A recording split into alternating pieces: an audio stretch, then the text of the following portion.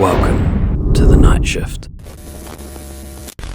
A package marked return to sender. My neighbour is one of those annoying wannabe YouTube personalities.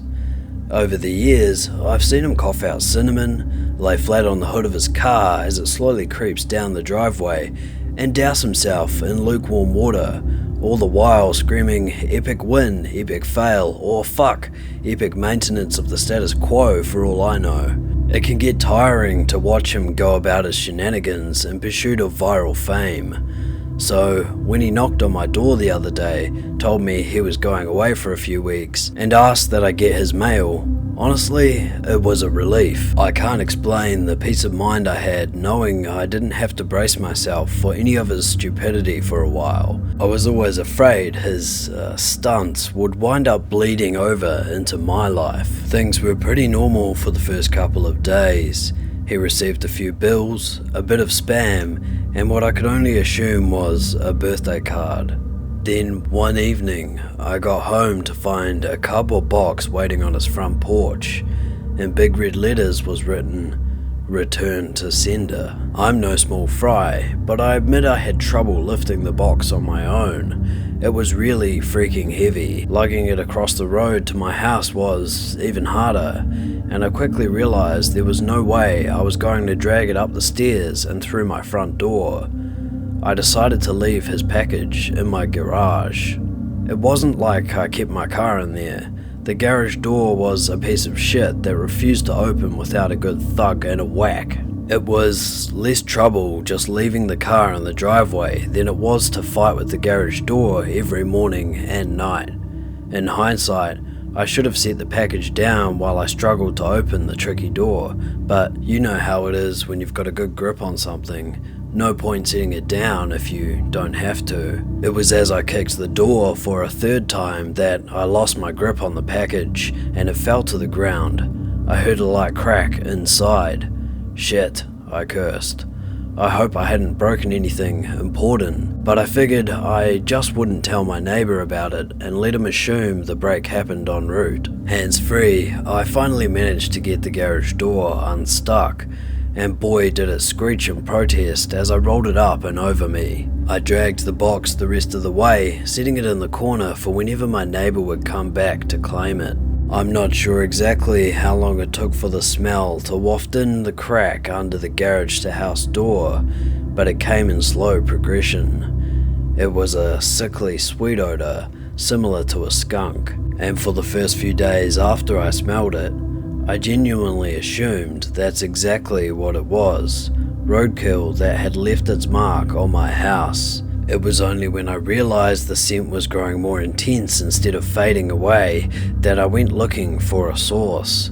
That's when I opened the garage door, and that's when the odour knocked me back, holding my nose. The culprit wasn't hard to identify. The only change in my garage was the box in the corner. I remember thinking it must have been one of those meat of the month subscription boxes. The meat must have gone rancid from being left out of the fridge for so long. How much meat could have been in there for the box to have been so large and heavy? An entire freaking cow? I covered my nose as I approached the box, a pair of scissors in my hands. I probably wouldn't have needed them to open it, as it had become soggy enough at the bottom to poke through with a finger, but I wasn't about to poke my finger into spoiled meat juices. That soggy bottom was the reason I had to open the box in the first place. If I tried to drag it out whole, everything would spill onto the floor. I was going to have to dump the pieces of meat one garbage bag at a time and take them down to the dumpster, a process I wasn't looking forward to. My scissors tore through the tape along the top of the cardboard box. I thought the smell couldn't get any worse, but as I flipped the flaps open, I discovered a whole new gamut of stink.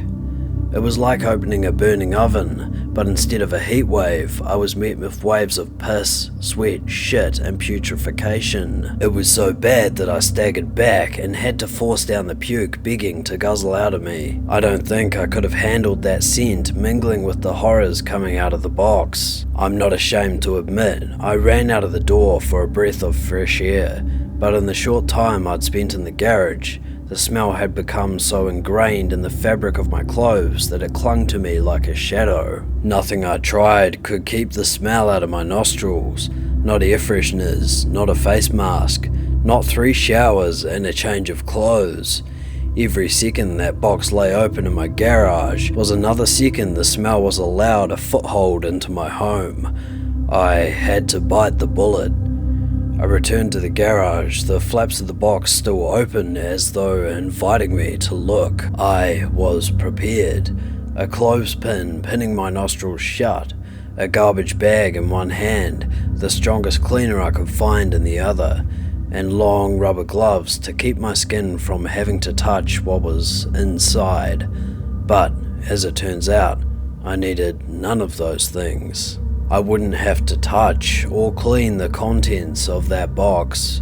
I would only have to suffer the nightmares every night. You see, there was meat in that box, but it didn't come from a cow or a pig. No, it was worse than that. It was my neighbor, dead, still in one piece, but dead. I called the cops and naturally they took me in for interrogation. It's kinda hard not to suspect the man with a corpse in his garage after all.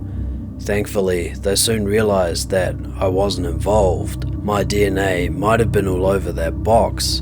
The smell might have left a mark throughout my house, but there was one piece of irrefutable evidence in my neighbor's own hands that proved my innocence. A vlogging camera.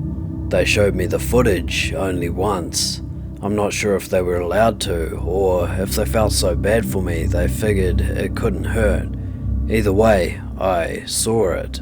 My neighbor was sitting in the box outside of a shipping facility, laughing as he told the world how he was going to mail himself across state lines.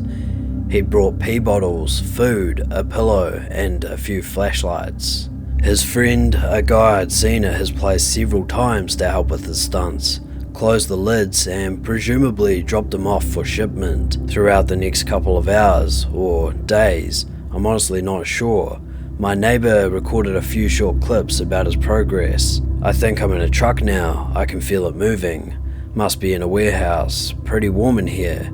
Still got plenty of food, that kind of stuff.